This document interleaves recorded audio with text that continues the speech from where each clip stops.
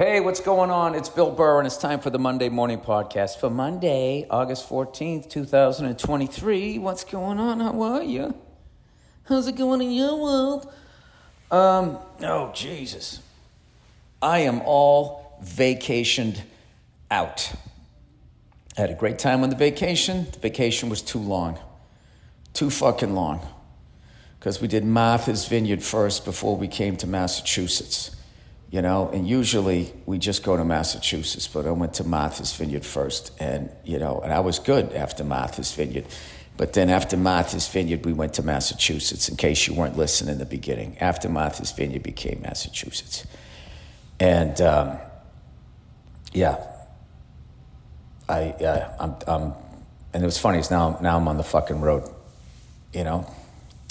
My family's back west, and I am fucking... I'm still out here. I did Springfield 2 nights ago, which was amazing. I hadn't been there in a couple of years, but Springfield used to just be sort of a really small city, except for the Basketball Hall of Fame was their big claim to fame. And now, you couldn't miss it. Now it's all buried. There's all kinds of buildings and stuff, all built up or whatever. But I went out there. I did the show with Tony V. He absolutely murdered. The night before, I was up at Giggles, Mike Clark's place, the house that Lenny Clark built, and had a great time going up there. That's the greatest hang in comedy for my money. And I went up there, Friday, to shake the rust off. And then I went up to Springfield. I had a great show there. And last night, we were in Halifax. We were supposed to fly up and come right back. And we got fogged in, so we had to spend the night there. But it ended up being a great thing because I got to walk around the city a little bit this morning and see how beautiful it is. Very underrated, A lot of people want to go to Montreal. I would say don't sleep on Halifax. It's sort of like chill Montreal. There's not a zillion people there, and I don't know, I think it looked just as beautiful.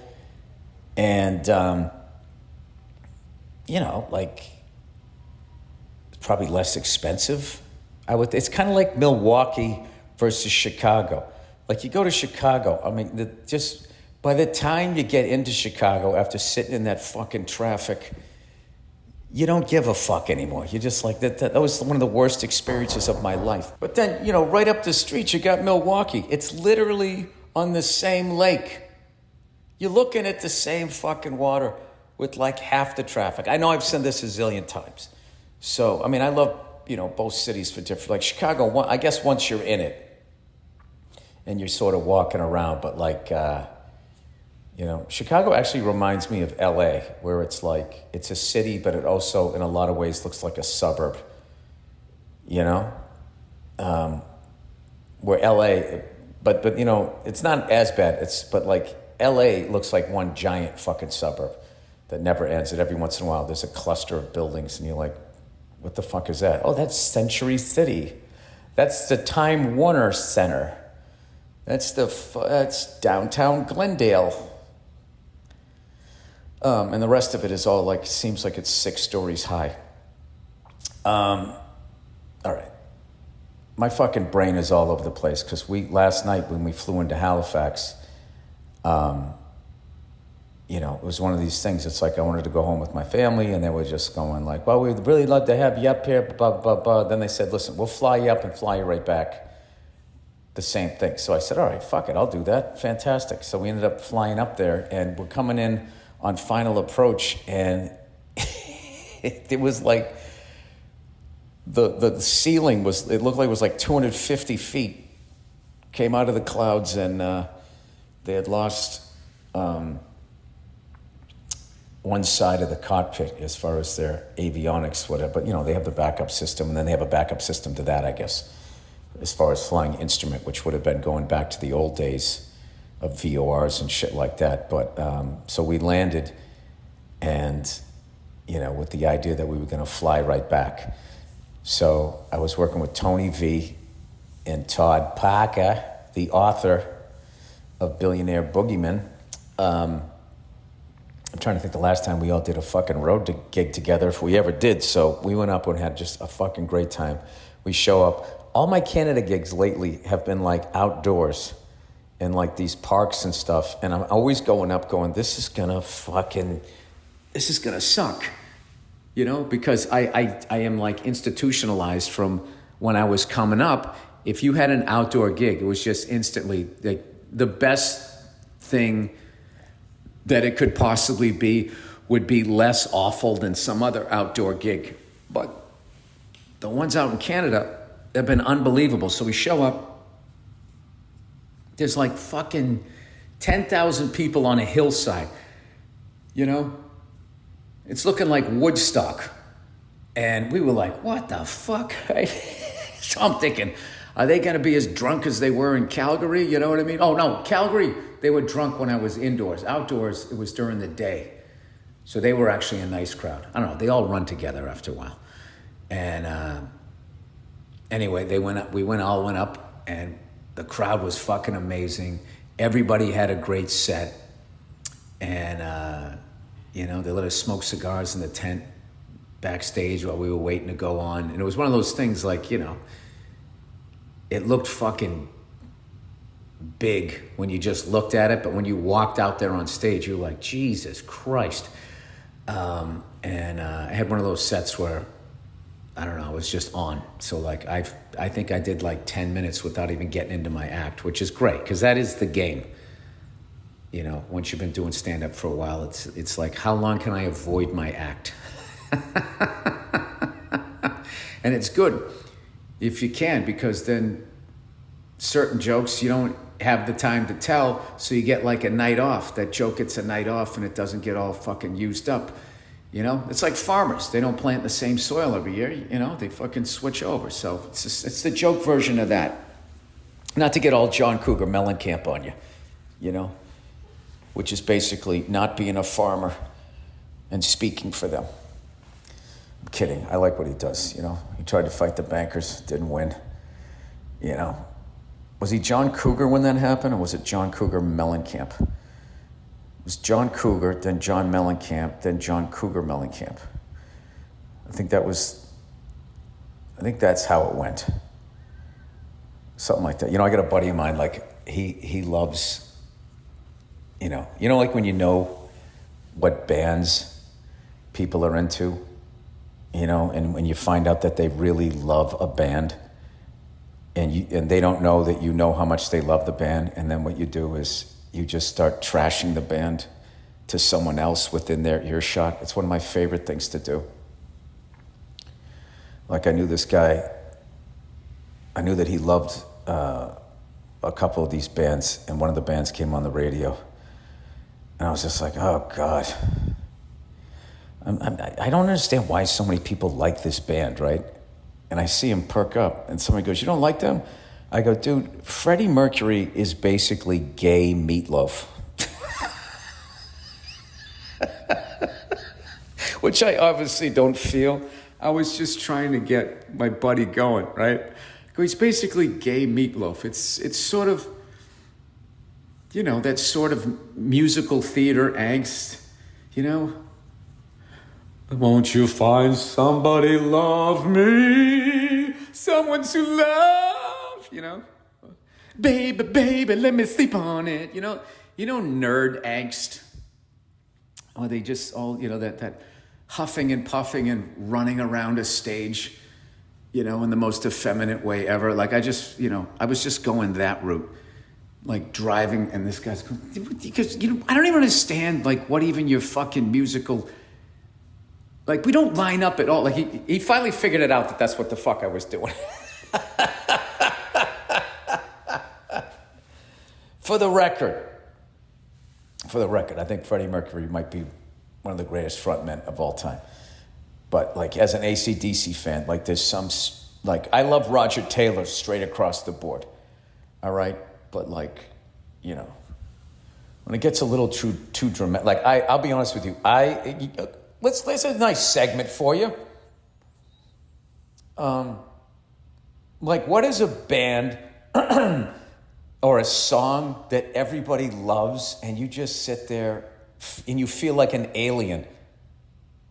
You know, at first you're like, oh God, I fucking hate this song. But then after a while, when it just keeps coming on and every time people just freak out and have this emotional response, after a while, you get past your hatred of the song and you just start observing the people because you're so tired of being the only one who hates the song that you actually want to just sort of observe people enjoying it to try to figure out what is it that I'm missing. And for me, the number one example of that, for me, is that Queen song, Bohemian Rhapsody. I swear to God, I could fucking murder somebody when that fucking song comes on. It's such a stupid fucking song. It doesn't make any sense. I don't give a fuck that it's difficult to sing. I see a silhouette, wabba woo, where you do the fandango, thunderbolt and lightning, very, very thin, everybody in the bar, Galileo. What the fuck are we doing here? Was it like a vocal warm-up that he just put to fucking words? I fucking hate that song. I hate that fucking song, and it was gonna go away, but then they put it in that fucking movie, that SNL movie. What the fuck's the name of that movie? With Mike Myers and Dana Carvey. Wayne and Garth's Big Adventure. I can't remember. It was a long fucking time ago. Anyway, they made that song, like they brought it back from the fucking dead. And now it's just like, it's over. Like that's literally like, you know, for the next like 30 years. Like fucking In the Mood. That fucking song. Like, you know, I bet somebody in the 1940s was like fucking hated that song, In the Mood. Especially if he came back from war, you know. And he had PTSD, you know. You're trying to block out all the fucking horrors of war that you saw. And then there's just all these people, and you're just sitting there going, I swear to God, if one more person starts doing a funny walk, pointing up at the ceiling, dancing to this fucking song, I am going to take some of my military experience out on them, you know? So mine is that I hate that fucking song. And in defense of this, I love when people hate songs that I love or hate a group. Like there's a kid down the Comedy Store fucking hates AC/DC. And I can't get enough of listening to him trash AC/DC because nobody really does. And he really hates them.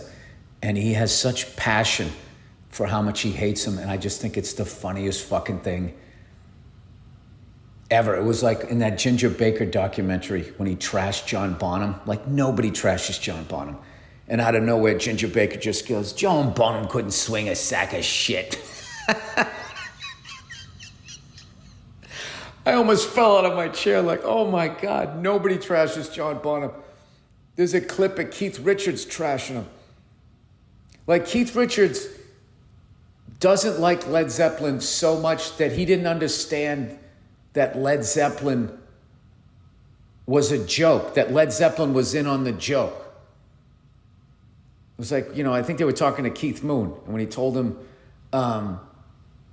you know, when someone was telling him the lineup of the band, Keith jokingly said, like, that's going to go over like a lead balloon. You know, that old school expression, like, you know. So they took that and they just led and they spelt it differently. And then instead of balloon, they said Zeppelin. Like that's the legend anyway. So Keith Richards hated that band so much that like he didn't even know that the band was in on the joke. There's a clip of him going like, yeah, Led Zeppelin. And he goes, because it never got off the ground. And he's kind of making this, you know what I'm saying? It's like, yeah, Keith, that's the fucking joke. So he was like low-key trashing him. And then he comments, and he's like, oh, and then that runaway locomotive on drums. And every time, I love that interview because I always picture, what if John Bonham jammed with Keith Richards And Bonham's doing his Bonham shit, and just Keith looking over his shoulder like, what in the... He's used to playing with Charlie, and looking at him like, what the fuck is this guy doing? Anyway, let's pick some other songs. You guys all know that I hate that bum, bum, bum, that song, Sweet Caroline, which was funny. They were playing that song before the show last night. And what I loved about Halifax is when it went to bum, bum, bum, they didn't do it. Like, nobody does it. Like that. Maybe it's not even the song. Wow, I never even looked at that. Maybe I don't hate these songs. I hate the people that love them. You know? When you go to a Red Sox game and they start singing Sweet Caroline, and like you see like the girlfriend, you know, like snuggling with the boyfriend, and just watching how a song that awful like completes them emotionally somehow. But like, why do they do that? Or like, do you remember like from back in the day, you'd be in a bar and that stupid fucking song Moni Moni would come on, which is a good song. It you come down, Moni Moni, then they get laid, get fucked. But what's great about these, I should love these songs because these were the moments in my life where I had the strongest feeling I don't belong here. All right? Like, whatever is going on in this room right now, or at this baseball game, or at this nightclub, I don't fit in here. And I always never felt quite like until I went to a comedy club and I was like, these people are the same kind of fucking weird that I am. So all of these songs I should love because I think that they drove me away from those people. I mean, can you imagine living your life and the people that you talk to are the same people that when Sweet Caroline comes on, they scream bum, bum, bum? I mean, how could you ever, like, respect that person after that? I mean, maybe if you're a little kid, I guess now that they've been doing it so long, that kids grew up doing it and they did it with their parents or something. All right, here's another one that drives me up the wall, that Alanis Morissette song. It's like rain on your wedding day. Right? And everybody goes... You know, the smarmy thing to say is she's not singing about irony. She's just talking about, you know, some unfortunate things or some bad luck. That's not why I like that song. That's why I don't like that song. You know, because it just sounds like someone that really has nothing to complain about but is complaining. And whenever that song comes on, you know, I feel like I'm sitting across from her in like a restaurant. And while she's, you know, just bitching about her life, I'm just thinking like, why the fuck did I say I'd go out to lunch? I should have just, like, this is it.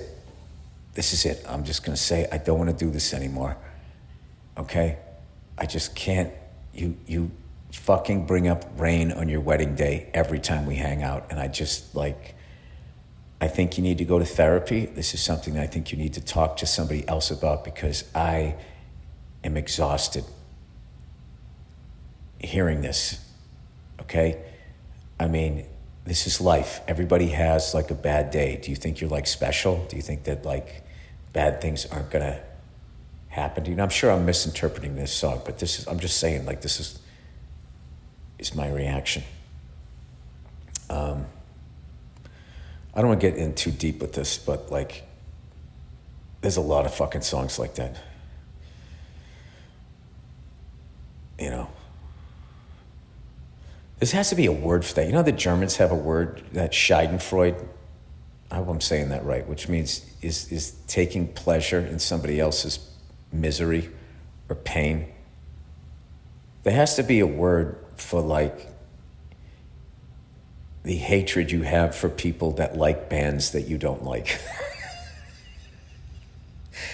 It's not like full-on hatred. It's whatever it is. You know that thing when you're just looking at them to the point they can almost feel your look and be like, You just feel your energy. Like that's the level of venom that you have as you watch people like, you know, there's a lot. There's a lot. I'm not going to get into it because people like starting shit. So, but there's a lot of shit that people think. Here's one for you, all right? If they're playing your favorite band at the supermarket, you know, they're probably not that good.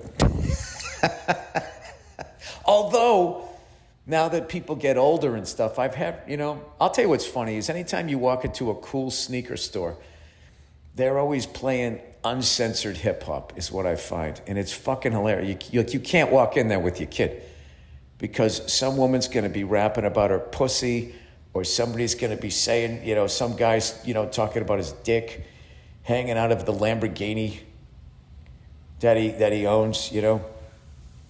That is one of the more disappointing things about hip hop over the last, I don't know how long, is people, it's like, I get it. You own a lot of nice things. Oh, is that right? Do you have one of those? Is it made out of gold? Well, that's going to be impressive until you try to resell it. Oh, did you take all the millions you made and get your face made out of diamonds? Who was the guy who did that? That was the funniest shit ever. I feel like that's the updated version of like back in the day when they would show some old rich white guy and he would be lighting a cigar with $100 bill. I feel like the modern version of that is if you get a big Jesus piece, but rather than it being Jesus, it's you and your face are made out of diamonds. I should do that for myself. You know, it's funny. I'm such a weird looking bastard. Like none of them would really be precious stones. They would all be on the lower, you know, like rubies for my fucking red beard. Like no one, you know, you want to see your girlfriend be underwhelmed? Get her a ruby ring. What kind of stone is that? That's a ruby. Isn't that like Russian money?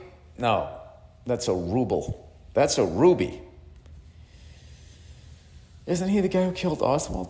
Anyway, I don't have no idea what I'm talking about. But anyway, we ended up staying an extra day in Halifax, and I ended up finding out they have incredible coffee there. Let me give a shout out to the place I went to there. Oh, geez, where is it here? Into the camera we go. Where is it? I went to Weird Harbor Espresso Bar. Oh, I got my usual order. A double espresso and a flat white with whole milk. Outstanding. Outstanding and quick. Usually when it's outstanding coffee, you usually have to wait a little bit, you know, which is part of the fun. Like, look at him. He's a scientist, you know? Look how much he gives a shit. Look at the technique. You know, you get all into it. In Springfield, you know what they got me? They got me one of those little fucking Italian coffee makers. And they got me this coffee. Oh, I don't have it with me here. But it was the best smelling coffee I think I've ever smelled, and it was already ground up. And those little Italian coffee makers is you fill up the bottom with water, you unscrew the thing, right? It looks like a little fucking, it's a combination of like a teapot and a lantern is what it looks like. And what's great too is the one they got me is the color of the Italian flag, right? Which I feel makes you subconsciously think the coffee tastes even better. Because everybody knows, okay, when it comes to cuisine, I mean, there's the Italians, and there really is everybody else, okay? People have come close or whatever. Did we ever do this? Did we ever rank cuisine? Okay, I would go Italian is like, you know, there's no debate, okay? There's no Jordan or Kobe. It's like, no, Italian food. Bam, done, go fuck yourself. Like, if there was one type of food that I had to eat for the rest of my life, Okay, there's no way I'm giving up pasta, pizza, you know, all the fish, the way they prepare fucking everything. I'd go back to drinking, you know, having wine and shit, right? I would say they're number one, and then number two is, for me, is a three-way tie, which would be French, Japanese, and Middle Eastern food. No, you know what? It's too difficult, because what, I'm going to leave Indian food out of there? You know? I'm going to just ignore the dumplings that I had in Hong Kong? You can't do it. You know what? I can only do number one. And other than that, I wouldn't argue with anybody's number two. But I will say the ones, if it was like the Premier League, what I love about the Premier League in soccer is if you suck, like, you don't get to hang around. If you're at the bottom of the league, you're out of the league, and then they give somebody else a shot. I would say German and English food. You know, maybe I just don't know where to go, because I'm going to Germany, right? And we went around that country last time I was there. We did Cologne, Frankfurt, and Berlin. And everywhere I was, I tried, what is that famous, Verzi was getting it everywhere we went. It was funny. Kenny kept getting the pretzels, and it's escaping me now. German cuisine. Here we go. Hang on a second. German cuisine. What the fuck do you call that thing? German cuisine dishes. What do we got here? Traditional German. Or maybe there's 20 of them. I had no idea they had that kind of thing here. All right, the big, long, stupid fucking bullshit they always have to do every single time. Every fucking time you go to one of these food sites, it's always like, well, they can't just list the fucking 20. It's got to be, well, Germany did start 2 world wars and blah, blah, blah, but, they make a great fucking bratwurst. Bratwurst. All right, I'm not going to lie to you. I do like bratwurst. I also like a German breakfast, too. I like how they put the hard-boiled egg up like it looks like a trophy, like you feel like you won something. Oh, schnitzel. There's a breaded cutlet. Is that pork? Is it chicken? Schnitzel is a thin piece of meat pounded into a flat side. Oh, it can be anything. All right, the schnitzel, I didn't know where to go. A breslin, which is a pretzel. Oh, look at this. Braised cabbage. I'm not gonna lie to you, that gets my fucking Irish blood going here. Very popular German food, though most combine cabbage with broth and vegetable. Labskas? What the It's a beef dish. German sailors in the 18th century developed it because of limited resources, probably, and it became popular amongst many people on land. Try making I don't even know what that is. All right, but it was schnitzel. Wiener Schnitzel. If you get the Wiener Schnitzel, you got to have a little applesauce or something on the side. It's a nice little fucking back and forth there, right? I don't know what I'm talking about. I think I'm hosting a cooking show at this point. Let me do some of the reads. Some of the reads. Where am I going? Of course, I clicked the wrong one. Of course, I'm not prepared. This is what you guys expect, don't you? Don't you? All right. Where are we going here?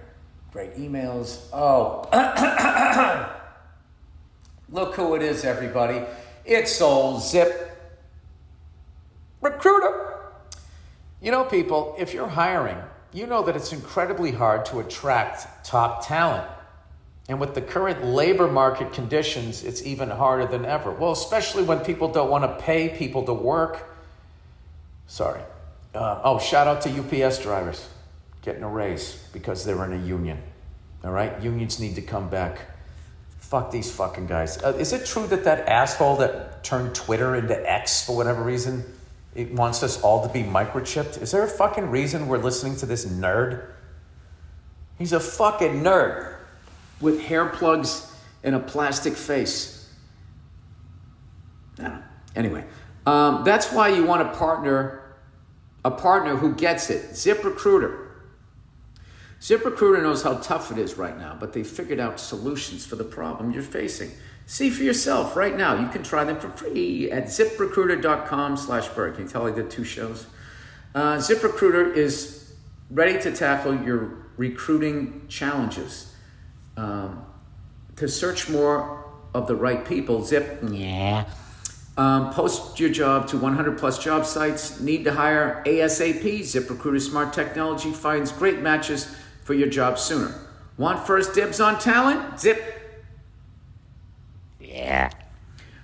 Lets you invite the most qualified people to apply to your job. ZipRecruiter's pricing is straightforward, no surprise cost. Team up with a hiring partner who understands what you need. 4 to 5 employers who post on the site get a quality candidate within the first day. Just go to this exclusive web address to try it for free. ZipRecruiter.com/Burr. Again, that's .com/Burr, BURR. ZipRecruiter, the smartest way to hire. Is that all I had? All I need is just a little more time. Okay, I guess that's all I have. Okay, well, with that, we're into the reads. All right, wait, overrated, underrated. All right, what is an overrated, like, what's a fucking kind of food that everybody loves? And, like, you're just sitting there going, I just don't understand this.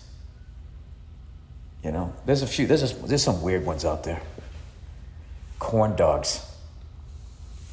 Like Joe Bartnick loves a corn dog, and I'm just looking at it like there is so many things wrong with all of that. Like it's so wrong, like they put it on a stick, almost as though they don't want the food to come in contact with your body. That is a pretty good, is that a good thing? If the food is on a stick, you should probably stay away from it. Ice cream, popsicles, corn dogs. Skewers are okay. But I'd say a stick. I don't know. Okay. All right, Bill. Let's just keep moving on here. All right. Oh, by the way, I tried out a couple of pizza spots when I was in Boston.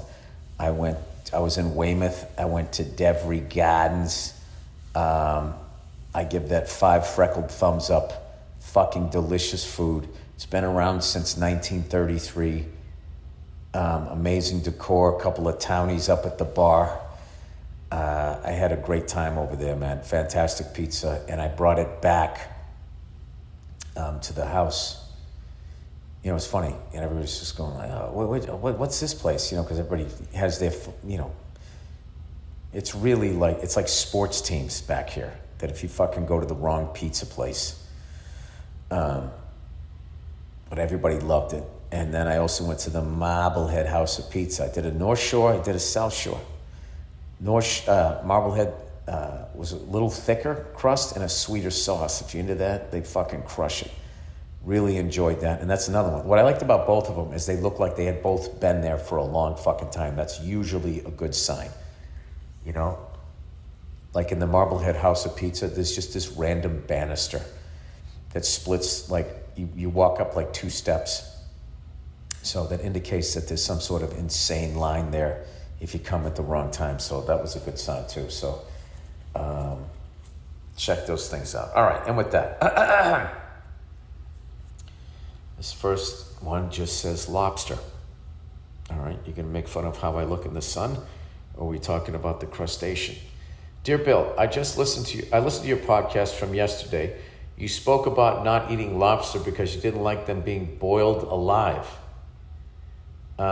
Did you know that Julia Childs, the first celebrity chef, did you know that Julia Child's husband, Paul, didn't like it either? He devised a method, I guess the way, the fact that the lobster's boiled alive. He said, this guy says, he devised a method of putting the lobsters in a bag and hanging it over the kitchen door. He would bang them against the door to put them into shock so they didn't slowly boil to death. Jesus Christ. I mean, the whole thing is like that movie Casino, which I absolutely love, but the level of violence in that movie, I mean, I feel like now you've added like when they got that guy's head in the vice, and then you're going to boil him to death. At least even then he said, put him out of his misery. Anyway, it is an improvement, and you never know how the lobster is prepared wherever you go. I'm just saying there is a better way, and it has existed for about 50 years. Well, dude, I need a little more details. He devised a method of putting the lobsters in a bag and hanging them over the kitchen door. He would bang them against the kitchen door to put them into shock so they didn't slowly boil to death. Well, how many fucking times... I don't understand why they don't just make like a little knife. You could just really quickly, like, to go back to Scorsese, the way they killed the guy Maury. He was in the middle of a story and he just stuck the ice pick in the back of his head. Oh, and that was it. Thought he'd never shut the fuck up, right? Why don't they just do that? You know what's so amazing about that is how they all got in the car and then he just kills them before they go away and then they all immediately get out. Fingerprints all over the place. But it did have the desired dramatic effect of how much eliminating somebody was just like a day at work. Well, I appreciate that. Anybody else have a way of quickly killing a lobster painlessly and then you can boil them and enjoy them on a lobster roll?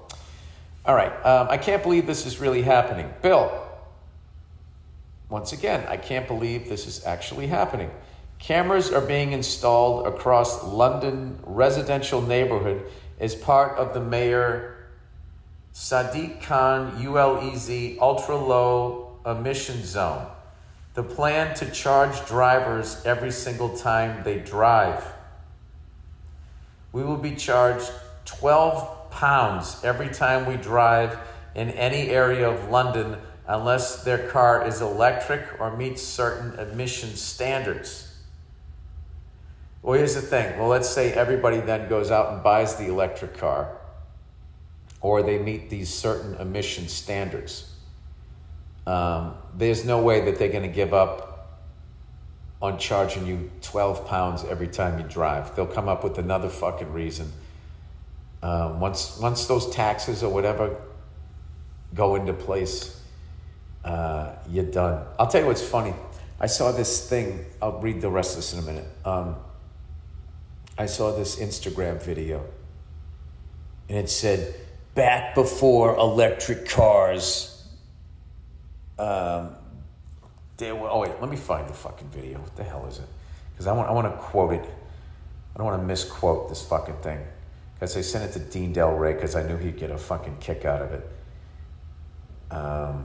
Where is it? Why won't you load? Why won't you load? Wait, I have him in vanish mode?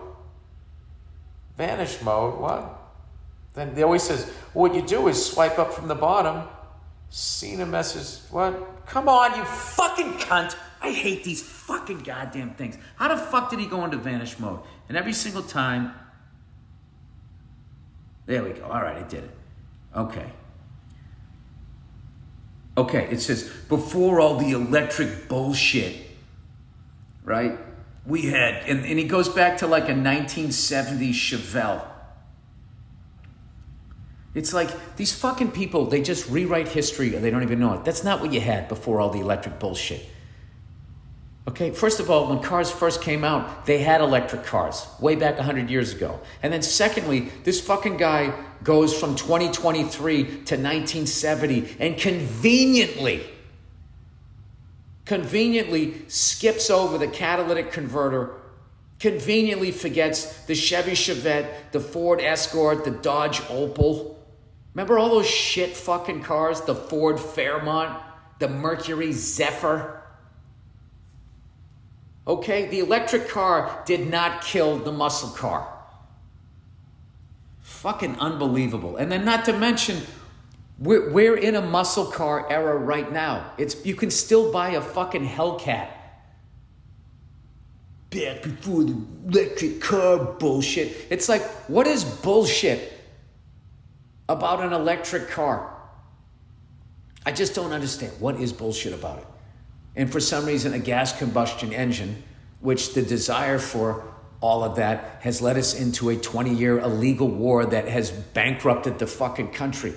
Okay? I'm not saying we don't have oil here that we can't use or whatever, but let's not fucking romanticize one fucked up way of traveling to another fucked up way of traveling, because electric cars aren't great either. If you read about how whatever fucking the natural resource they're in the Congo, okay? And rather than just treating the people, nicely, they have them handling it without any gloves. They got pregnant women down there. They don't pay them shit because these corporate cunts don't want to pay anybody. And then what they say is, well, if we didn't treat them that way, then, they'd be fucking, it'd be like $9 million per gallon. It's like, or you could take less of a salary. Okay, and I'll tell you, that's what really burns my freckled buns.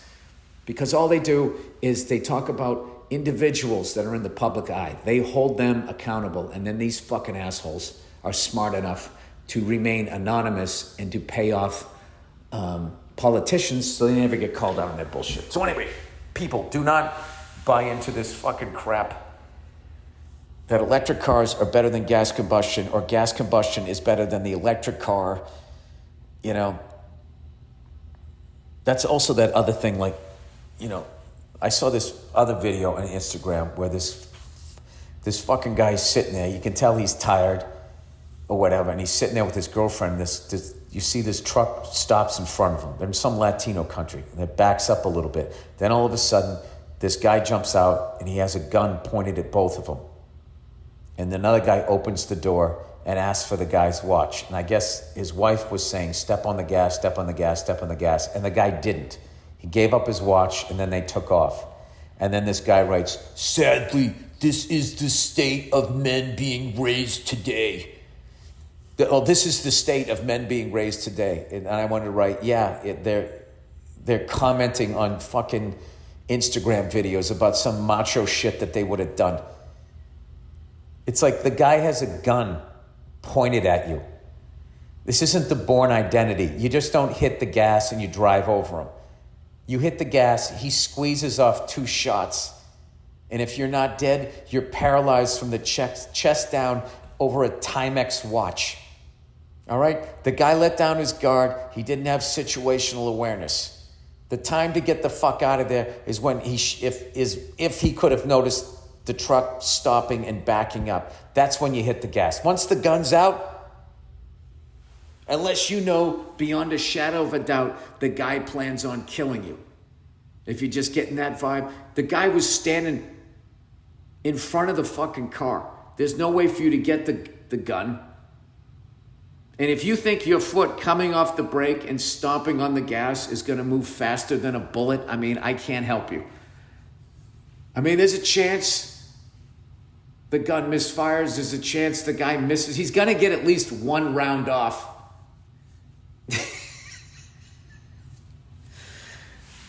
I don't know. And what if you run that guy over, and then those other 2 guys, the guy who wanted your watch and the people in the truck, are so fucking pissed, and now they're going after you, and they have guns, and you don't. You have your car and your Timex watch and your fucking chick who's screaming like a fucking banshee. Sadly, this is the state. I love when the people write that. This is how men are being raised. It's like, yeah, by us. I don't know. Anyway, what the fuck was I even talking about here? Where the fuck is it? I was reading something, wasn't I? Oh, anyway, let's get back to the 12 pounds every time you drive a car. Our government will not use this hyper-surveillance responsibly. Of course they won't. And everybody has a side deal, by the way. Just always know that. And they're doing it during a time when everyone is worried about petrol and egg prices to feed their families, and they don't have time to pay attention. When you next come to London, please use that mouth of yours to blast our emerging dystopia the way you did our food. Thanks. Yeah, I don't understand,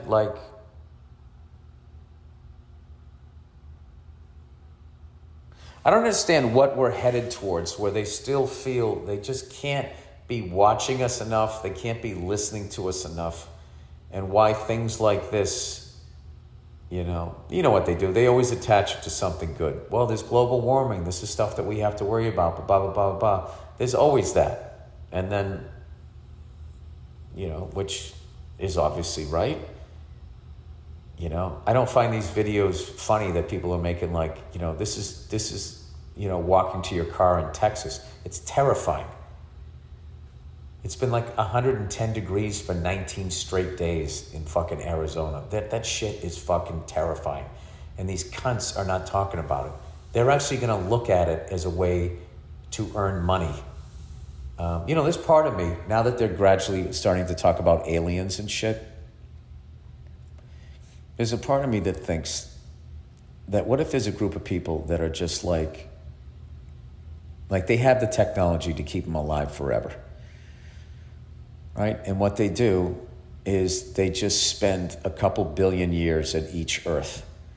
And that's why, because I always sit there going like, don't these sociopath lunatics that are driving us towards the end here, aren't they worried that they're also on this planet? Where the fuck are they gonna go? Maybe they just leave. And there's an infinite amount of Earths, I guess, according to shit that I've seen on social media, which really doesn't mean anything. Maybe that's what they're doing. So they're not worried about using up everything, and then they just leave us behind. And we thought we were all so important, living our best lives and being social justice warriors and shooting tin cans with your AK-47. You're just really, you're like a disposable, like fucking, like toothbrush or some shit to them. All right, how to handle being laid off. Oh, brother. This is something I think a lot of people...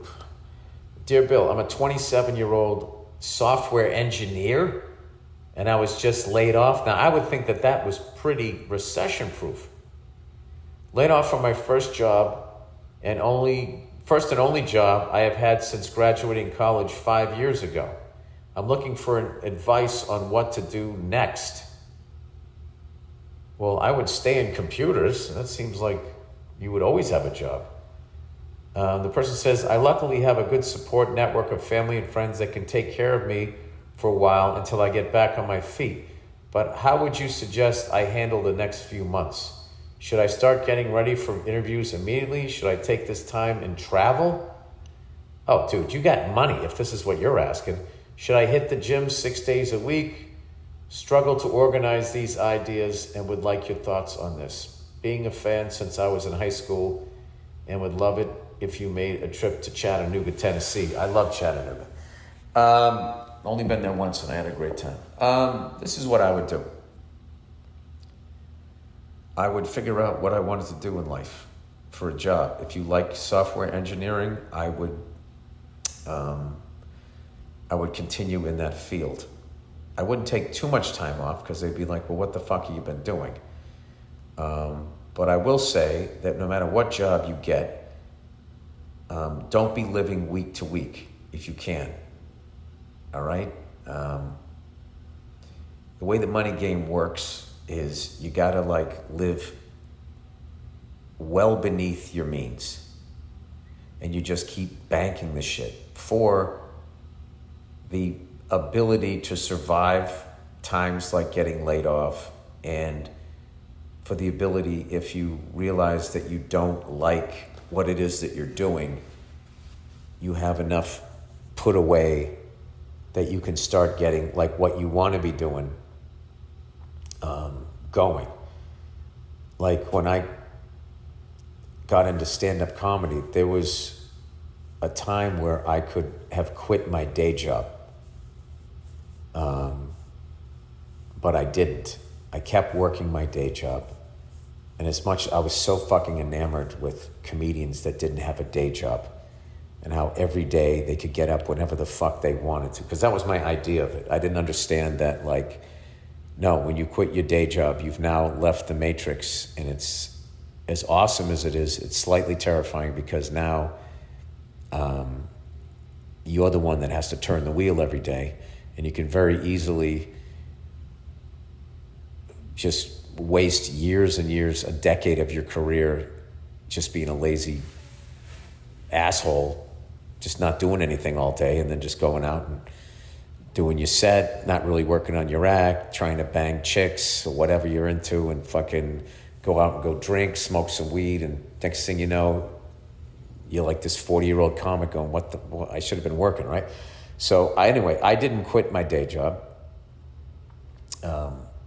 What I did was I treated stand-up from day one as like I had two jobs, and I just banked as much money as I could. I was still living at home with my parents, so I didn't have any rent. I drove a shit fucking, my truck was paid off, and it was rusting out. I didn't give a fuck. The engine died, and rather than buy a new car, I just put a new engine in it.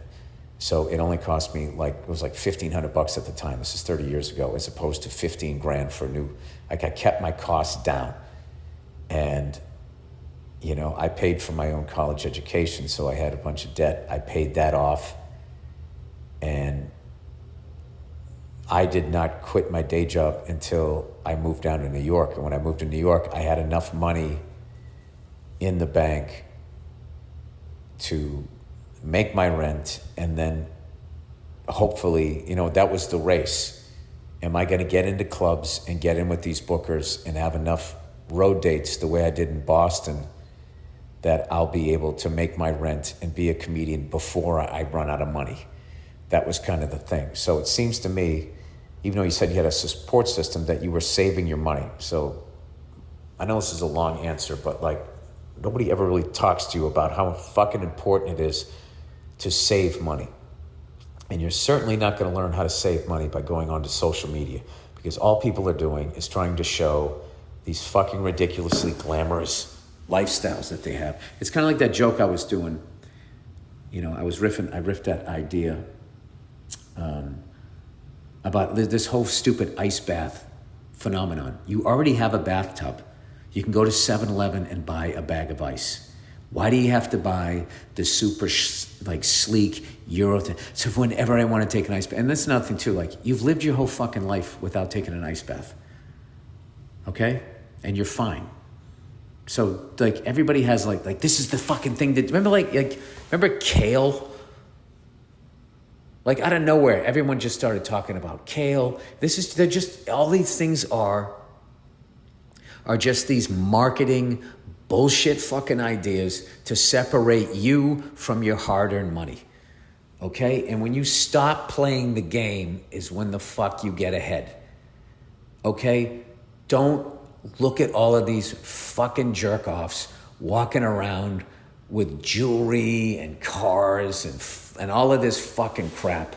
Okay, first of all, all they're doing, if you go around and you flash your money like that, you are going to attract some of the worst human beings you could possibly meet, both male and female. All right? What you want to be doing is be that person that's fucking crushing it and people don't even know it.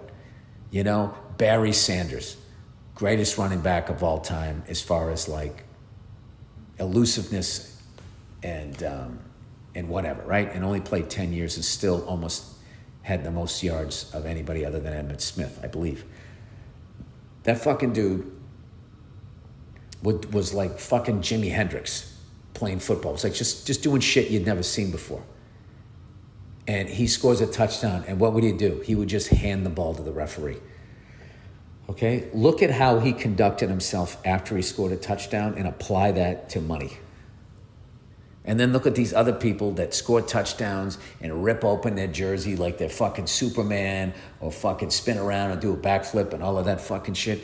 That's that guy flashing his fucking money. I'm not trashing Cam Newton, by the way. It's the first thing I thought of. I'm just saying,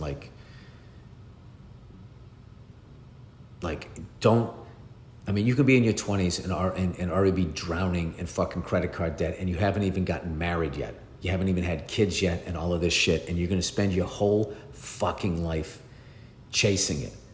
Or it's critical as a young person financially to start marching in the direction of financial freedom.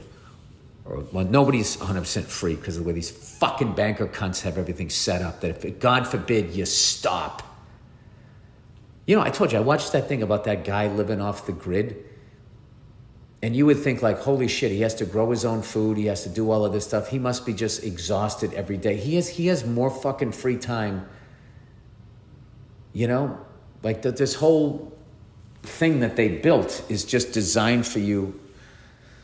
I don't know. Something's going on though right now. I feel like we're at the end of capitalism, where for the longest time, we've kind of looked the other way at the level of greed at the top. And these guys where they just cannot make enough money and they've run out of ways to do it. And now their only way to keep making more and more each quarter at this point is they have to entirely eliminate the fucking middle class. And it's going to turn into like these places I would go to, like when I went to India, where it was like you either had money or you didn't. It's going to become something like that. But the brilliance is, if you talk about having a middle class now, I believe that they'll probably brand that as socialism or communism. Which why I feel like the best news I saw this week was UPS, the union of the UPS drivers got the drivers a fucking raise, because I used to be in warehousing and those guys, like, they work them like dogs. So anyway, I know I just went on a whole fucking tangent. I didn't even answer your fucking question now that I'm thinking about it. But like, I would say, you know, if you need to take a little bit of time off, I wouldn't take much more than a month off. I would try to get back into it, as long as that is what you want to do. But I don't think going to the gym is a bad idea.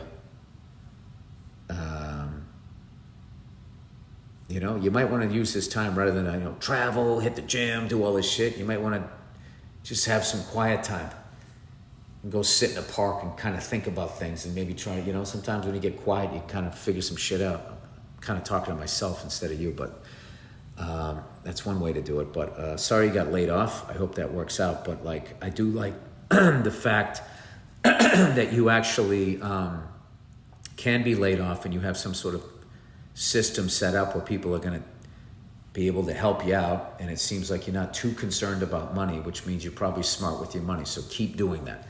And if you've been done with your money, start being smart with it. Dig yourself out. You don't need to get an ice bath. All right. All right. Was I wrong? You don't even need to buy Christmas presents. Just sit down with the woman in your life, oh God, and have a logical conversation. Be like, why are we giving into this dumb shit? It's Jesus' birthday. Can't we just sing happy birthday to Jesus and our Christmas present be no added credit card debt? We have food, we have clothes, we have shelter. We don't need anything else, all right? Okay. Was I wrong? Dear Billy Redface, I am a longtime listener and a big fan of your podcasts and comedy specials. Thank you. I would like your opinion on an incident that I had last week. Last week, I had a confrontation at a gas station. It's a dangerous place. Guy sprays you with gas and flicks his fucking lighter at you, and that's it. I drive a Ford Expedition and was waiting in line. All the pumps were in use. Dude, there's a lot of fucking fights at gas station pumps. There's a lot. I'm already thinking like the person that like fucking starts pumping the gas and then walks into the convenience store and takes a fucking, half hour to come back out, or the person that doesn't pull all the way up and then you can't drive around them. A lot of fucking fights there. All right, all the pumps were in use. One pump opened up and this older lady pulled in front of me and took the pump. She got out of the car and stared at me as she walked to the pump. Ooh, she had a walking boot on. Needless to say, I was pissed. A minute later, the pump next to her opened up.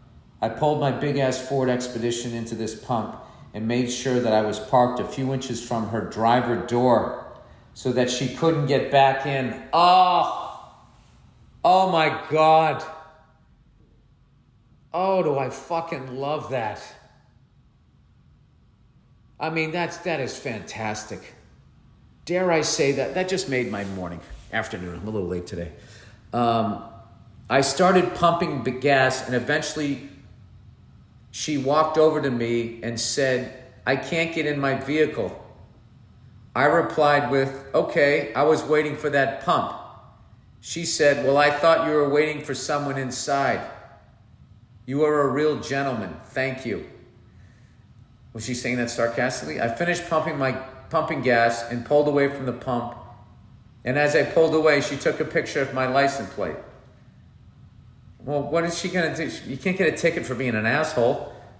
Nothing has happened to my vehicle, so I don't think she did anything with that picture. She's just trying to scare you. Given the fact that she was an older lady in a walking boot, do you think I overreacted? I would like to hear your opinion on this incident on your podcast. Thanks, and go fuck yourself. Well, first, the fact that you don't feel 100% in the right and you actually kind of felt bad when you left. You know what? I got to be honest with you. I wasn't there. I would have to see when she was staring at you. I'd have to see what that look was. Was she really staring at you? Was she just sort of squinting? Was she nervous that you were going to, what if your foot went off the brake and onto the gas and she's old and has a busted foot? I mean, I don't know. The way you painted the picture, I mean, I was all aboard on that. Look, you didn't hurt her. You just, inconvenienced her the way she inconvenienced you. I thought you did it in a brilliant way. I'm going to give a thumbs up on that, I mean, personally, I don't really fuck with old people. But I am not going to lie to you. I would be calling her an old fucking cunt under my breath, but I wouldn't say that to her, so whatever. I think what you did was brilliant. God bless you. It's fucking hilarious. Incoherent idioms. Dear Silly Billy Sourpuss, we've all heard the term card shark, generally denoting someone who is good at cards. Well, apparently, the original saying is card sharp, but it's been said incorrectly for so long and by so many people that the incorrect phrasing stuck and is now accepted as correct. Yeah, because if someone in business is a shark, depending on if you're hiring them, you'd like it, but if you're going up against them, you don't like it. Card sharp, S-H-A-R-P. Dude, there's literally a game show, Card Sharks, when I was growing up. I learned the original phrasing while listening to the podcast of your fellow ginger comedian and Mass native Conan O'Brien, one of my favorite people ever, who made a point to stress the P when he said card sharp. He's such a nerd, I bet he says toe your mark instead of on your mark. Is he a nerd, or does he just make you feel a certain way because he's saying things correctly? Well, I learned something. He's a card sharp. It's card shark. It's actually... Well, at this point, now I feel if you say card sharp, you're actually kind of a douche. Because you're using it as a way, I guess, to correct people. But who doesn't love correcting people? That's one of, there's a way to do it. Like, this is a rule I have. Like, I if someone's a stranger, I'm never going to correct if they mispronounced a word. Because that's like you're setting yourself up for a fight. Excuse me, it's actually card sharp. I mean, if you get punched in the face at that point, you go, well, what did I think was going to happen?